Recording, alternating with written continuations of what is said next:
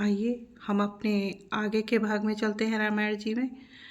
पाठ 107 हनुमान लंका प्रवेश। सामने एक विशाल पर्वत देखकर हनुमान जी भय त्याग कर उस पर दौड़कर जा चढ़े। पर्वत पर चढ़कर उन्होंने लंका देखी। बहुत ही बड़ा किला है, कुछ कहा नहीं जाता। वह अत्यंत ऊंचा है, उसके चारों ओर समुद्र है और सोने का बना हुआ है। हनुमान जी ने मन में विचार किया कि अत्यंत छोटा रूप धरकर और रात के समय नगर में प्रवेश करूं। मसक समान रूप कपिधरी, लंकई चलऊ सुमरि नर हरि। हनुमान जी ने मच्छर के समान छोटा सा रूप बना लिया।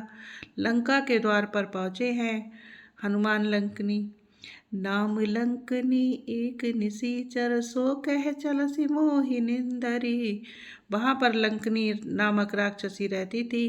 वह बोली, मुझसे बिना पूछे कहाँ जा रहे हो? उसने कहा कि मैं चोरों का खाती हूँ। हनुमान जी बोले, मैं जानता हूँ यहाँ काम करने वाले कम हैं और खाने वाले ज़्यादा हैं। लंकनी बोली, तू चोर की तरह आया है, इसलिए मैं तुझे खाऊंगी। हनुमान जी बोले, फिर सबसे बड़ा चोर तो लंका का राजा है, जिसने हमारी माता को चुराया है। महाकपि हनुमान जी ने उसे एक घूसा मारा, जिससे वह खून की उल्टी करती हुई पृथ्वी पर लुढ़क पड़ी। वह डर के हाथ जोड़कर बोली, मेरे बड़े पुण्य जो मैं श्री राम जी के दूत को नेत्रों से देख पाई। अयोध्यापुरी के राजा श्री रघुनाथ जी को हृदय में रखे हुए नगर में प्रवेश करके सब काम कीजिए।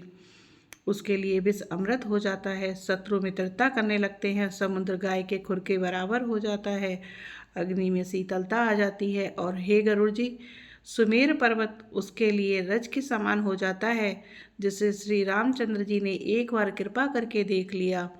तब हनुमान जी ने बहुत ही छोटा रूप धारण किया और भगवान का स्मरण करके नगर में प्रवेश किया। उन्होंने एक एक महल की खोज की, जहाँ तहाँ असंख्य योद्धा देखे। फिर वे रावण के महल में गए।